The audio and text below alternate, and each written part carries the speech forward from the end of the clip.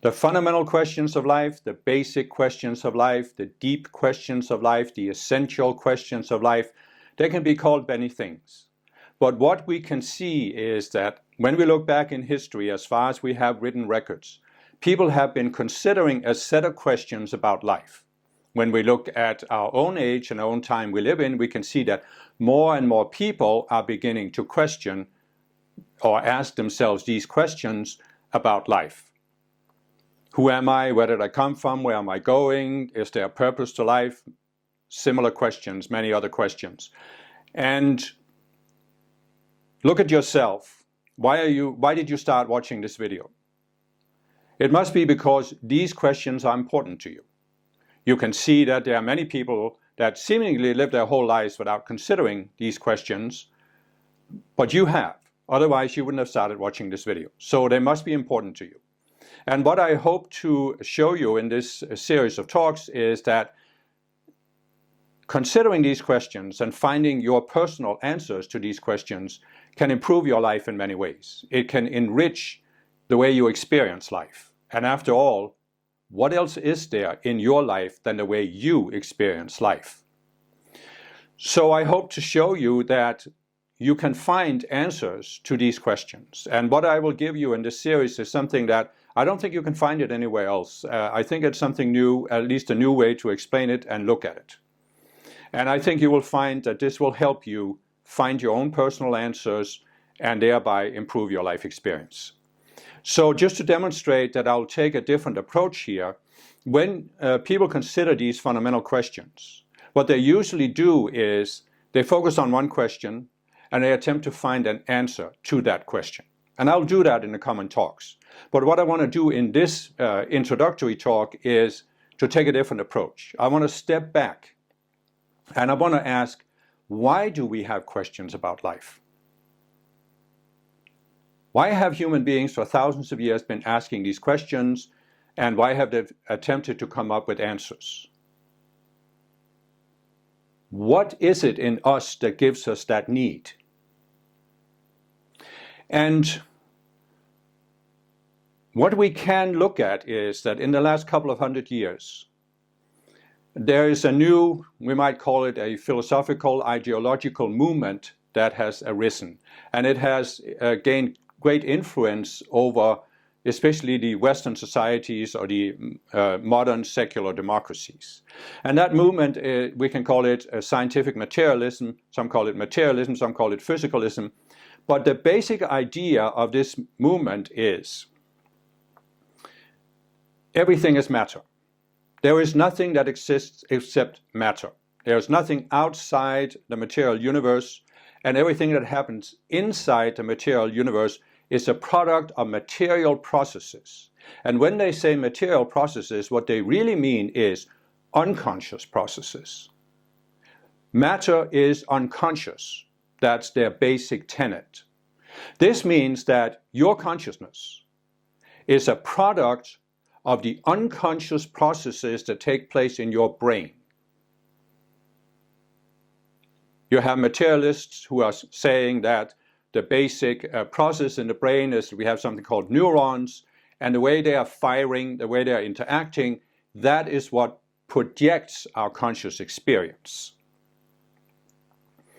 And the reason why I'm bringing this up is that it gives us a different perspective on these fundamental questions. Because according to a materialist, these questions have no meaning. It's pointless to ask them. Because they have no meaning. They have no answers, basically. And this is a little tricky to grasp because most people don't really, and I think even most materialists, they don't grasp what materialism is actually saying. They don't grasp what's the consequence of materialism. Right now, you're experiencing this video. You're taking in the words I'm saying. They have some kind of meaning to you. You might agree with them or not agree with them. But according to materialism, this is not what's happening. What's happening is that the words I'm saying are affecting some of the neurons in your brain. They are reacting to this, and they are projecting that you are a conscious being who is sitting here watching this video. They are projecting your reaction to it. Whether you agree or disagree with me, it's not you agreeing or disagreeing, it's your neurons firing that way. And the neurons are not agreeing or disagreeing. They can't because they're not conscious. They are just reacting. It's a mechanical process. So, according to materialists, my neurons just fired the way that I decided to record this video. Your neurons fired the way that you decided to start watching it. And your reaction as you are watching this, it's just your neurons firing. What does that mean? It means there is no you. There is no me recording this video, and there is no you watching it. It's just neurons. Neurons are firing, they are reacting to each other, but the reaction is not conscious. It's not that the neurons are deciding, I agree with this guy or I don't agree with this guy. Your neurons are just reacting in a completely unconscious mechanical way, which means you don't exist. There is no you that's asking the fundamental questions of life. It's just your neurons projecting these questions into what seems to be your mind. But you don't exist. The experience that you exist is just a product of your neurons, and they are unconscious. Nobody knows what you're thinking. You don't even know what you're thinking. This is what materialism says. And most people have overlooked this, including most materialists. You can see materialists who are sitting there, they are using all kinds of scientific findings, brain science, the brain reacts before the conscious mind reacts, all of this stuff. And they are sitting there denying that we are conscious beings. But what are they using to deny this? Their consciousness. There's a logical flaw in materialism. The only way you can deny that we're conscious is because you're conscious, which means you're conscious. So why deny it? What's the point in denying it? It's sort of a nihilistic self-denial. And what does it lead to? Does it lead to a positive life experience or doesn't it? That's what we can consider. So back to you, why you started watching this video, because the questions mean something to you. And what we can do now is we can say, why do they have meaning? And now we can say, well, they can have meaning only if we're conscious beings. Because if we're not conscious, not only do the questions not have any meaning, there can't really be any answers to the questions, but there's nobody asking the questions.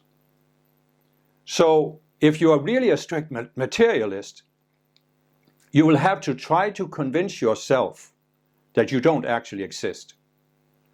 But how could you do that if you didn't have consciousness? And if your consciousness wasn't independent of the neurons of your brain? I'm not saying the neurons of the brain don't affect our life experience, but there must be something more than unconscious processes. There must be something in you that's conscious. Otherwise, you couldn't deny that you have consciousness. You couldn't question whether you have consciousness. You couldn't even come up with a theory, because the neurons are not, according to materialism, conscious. So the neurons themselves can't come up with the idea that we exist, we are the neurons, and we are the ones who are producing conscious experience. So what is it that thinks that conscious experience is a product of unconscious neurons? Must be a conscious mind. So what we reach now is we reach a point where we can say, well, if the fundamental questions of life have any meaning, if it's meaningful to consider them and to seek answers, it must be because we are conscious beings. There is some kind of consciousness. And this consciousness has the ability to consider, to ask questions, to look for answers. But what we can also say is that this consciousness has a need for answers. Now, your physical body has a need for food, otherwise it can't exist. But when your belly is full and you know that your body will survive physically, then you are free to consider other things. So in the same way as we have a physical need for food, we must say, well, we have a psychological need for answers to questions. Now, we can look at people and we can say, well, in all societies and all cultures we're aware of, some people have been asking these questions. We can also look at today and say, more and more people are asking these questions, but still a lot of people, they're not asking the questions. They live their lives without considering these questions. So we can say that not all people have the need to find answers. And this has actually been addressed by an American psychologist called Abraham Maslow. He came up with a pyramid of human needs. And at the bottom of the pyramid are the physiological needs. The body needs to survive. Then there's safety and security needs. We need to feel we are somewhat secure, we won't be attacked, we won't be killed. Then there's love and belonging needs. We need to feel we are part of some kind of group, we belong somewhere. And then on top of that comes esteem needs. We need to have a feeling that we have a certain standing in our group. But then at the very top of the pyramid is something he calls self-actualization needs. And at these 4 lower levels of the pyramid, you don't need to consider the fundamental questions of life. You have more immediate questions, how can I feed my body? How can I be secure from enemies? How can I fit into my group? How can I gain esteem in my group? But as human beings rise through these needs, as the lower needs are satisfied, our minds are freed up to go into this considering the self-actualization needs. And self-actualization really means that we find out who we are, what kind of beings are we, how do we function. And of course, this isn't physical functioning, it's psychological functioning. So what we can say is that when we look at today's age, we can see that more and more people are starting to consider these deeper questions of life, which means what? Well, according to Maslow, it means that more and more people have satisfied the lower needs, what he called the deficit needs. And now they are freed up to consider these self-actualization needs, the psychological needs. What needs do we have as human beings in order to function in the best possible way psychologically? And we can see that one of these needs is that we have a need to find answers to these deeper questions of life. So what we could conclude here is that we human beings are not material beings. We are not simply a product of unconscious processes in the matter world. We have consciousness. We are conscious. And as a result of being conscious, what it really means is that we are psychological beings. We have psychological needs.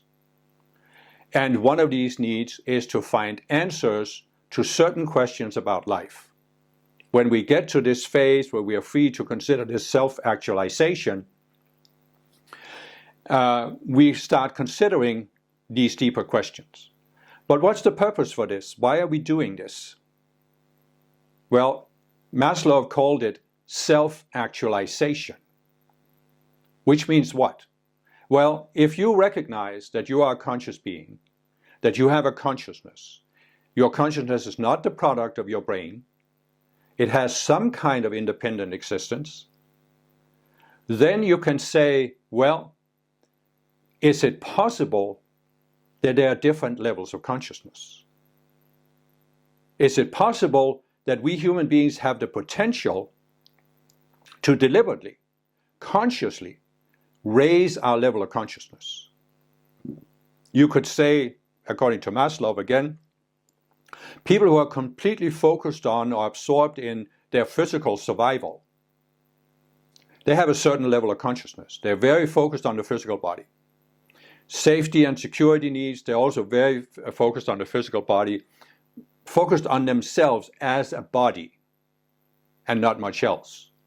Then when you go up to the love and belonging needs, you're focusing on yourself more as, not as a completely separate individual being, but more in a social context, in a context with a group. And that's, in a sense, a higher level of consciousness because you can consider more than just your own needs.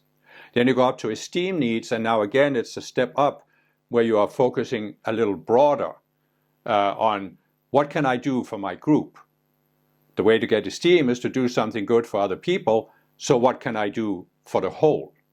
And then finally you get to this point where you're saying, well, how can I actualize myself? In other words, how can I consciously raise my consciousness to a higher level? Is it possible to attain a higher level of consciousness? And if you look at the world today, you can see that obviously there are people who have a lower level of consciousness. We can even look at animals. We know that animals have some consciousness, but as far as we know, they're not self-aware. So a cow has some consciousness, but it isn't able to step back and say, gosh, I'm tired of chewing the cud all day. I want to be a horse and run around on the field and kick up my legs. It can't do that because it doesn't have the level of consciousness that we have. At the same time, you can look at some people and you can say, well, they are totally focused on the survival of their physical bodies, and they're not able, it seems, to step back and say, is this really all there is to life? Is there possibly more than just physical survival? Does life have some kind of deeper purpose and meaning? They're not ready to ask that question. But we can see as we go higher up on Maslow's pyramid, people become able and willing to answer these questions. So what we can gain now is we can say it is actually possible to raise our consciousness. We can then look back at history and we can see that for thousands of years there have been some people who have been aware of this and who have attempted to come up with a variety of systematic processes for raising consciousness. They've often been called mystics. They are not religious in a traditional sense because they don't require you to believe anything. Mysticism takes the approach that you go through a process of raising your consciousness until you experience a higher state of consciousness. So where I'm going with this is actually that in order to get to the point where the fundamental questions are important to you, where it really becomes almost the most important thing in your life to get answers to these questions. In order to get to that point, you already have to have raised your consciousness, because otherwise you wouldn't even consider these questions. They wouldn't seem important. And when we realize this, we realize something very sort of fundamental, you could say. We realize that these deeper questions of life, they don't have just one answer. There's a variety of answers. There are layers of answers. And what happens to most people, and personally I have been on this quest to find answers to life's questions for 47 years, consciously, but really all of my life, which is 65 years. And what has happened to me is that I can see that when I first realized it was possible to find or to raise my consciousness, I was 18 years old. And I had a certain understanding of life at the time. And today, after all these years, I have a much higher understanding than I had back then. So if I had been asked to answer the fundamental questions of life when I was 18, I would have, in my youthful exuberance, come up with a certain cocky answer. This is the purpose of life, for example. But today, I have a much more nuanced, a much broader view of this.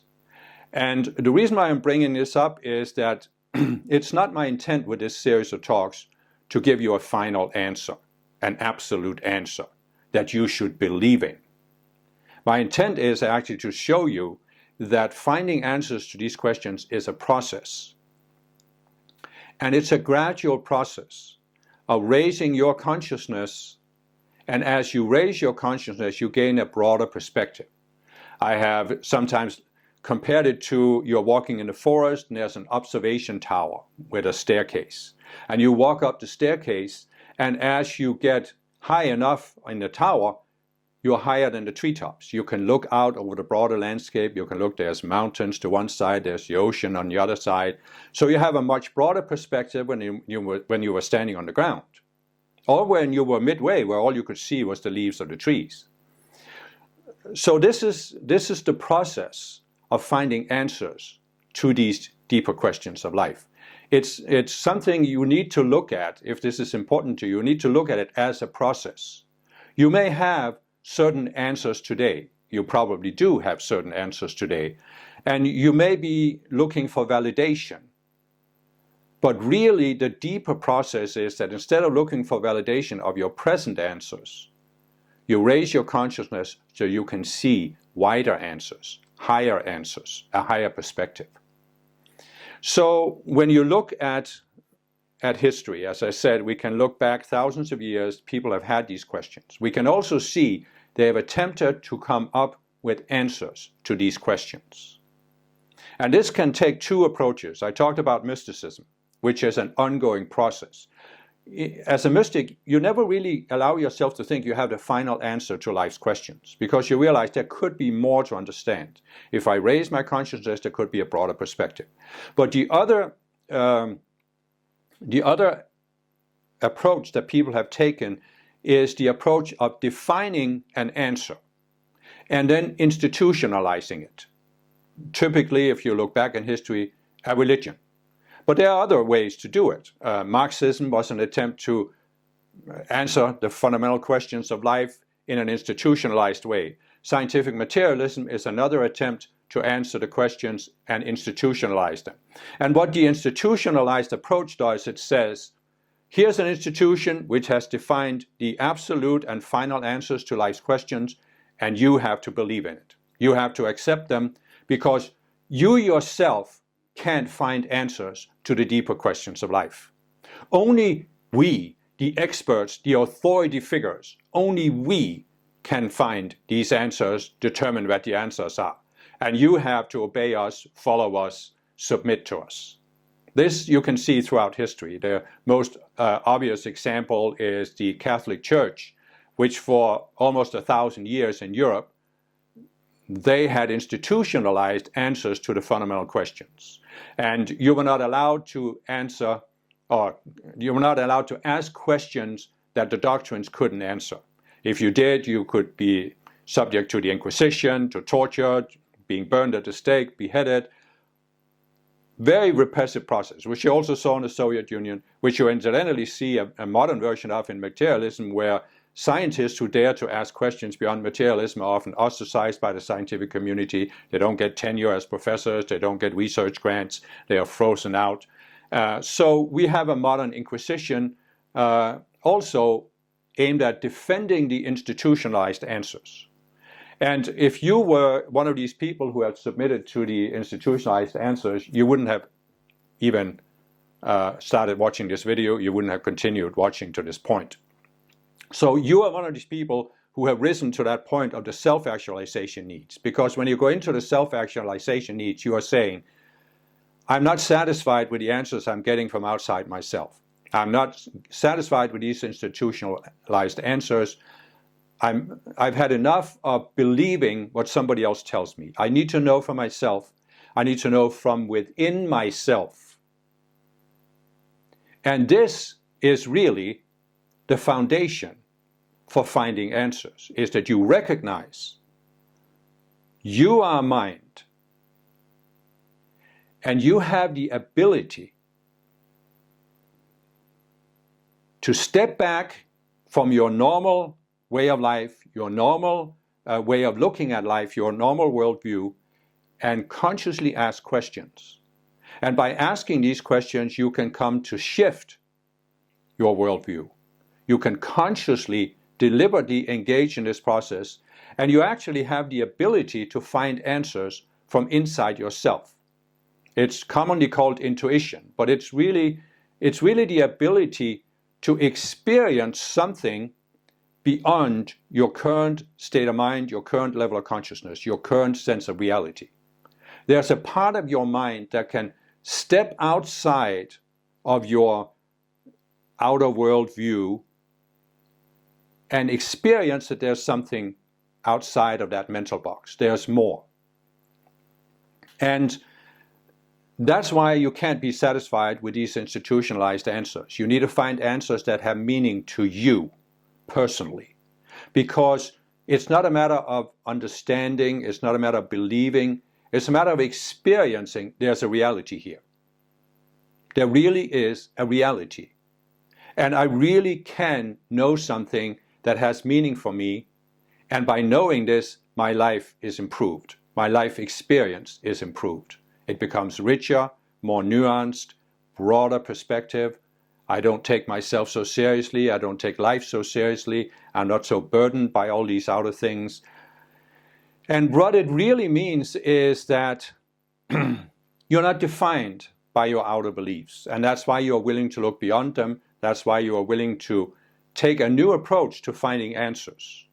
You can say that the broad population, most people, they're satisfied with these institutionalized answers because they don't want to think about it. They don't want to take responsibility for finding their personal answers. So they submit to the authority figures, whatever they are.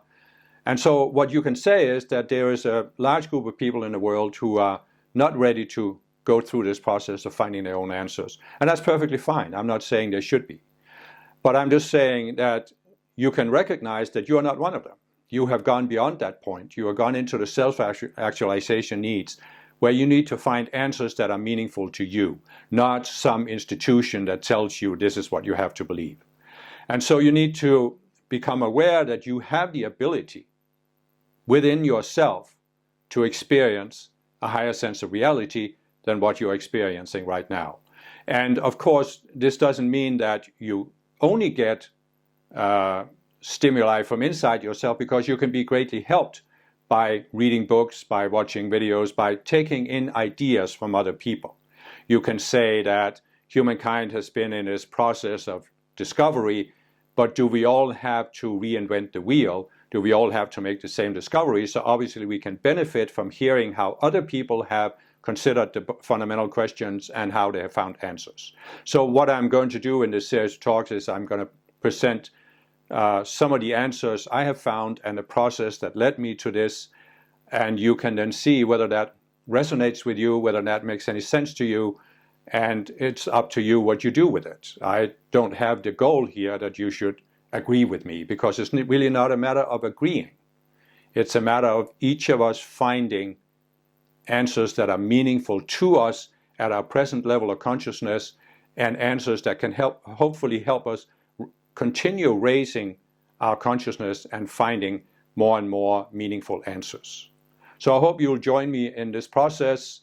I think it's going to be an interesting ride for those who are at that point of acknowledging the need for answers.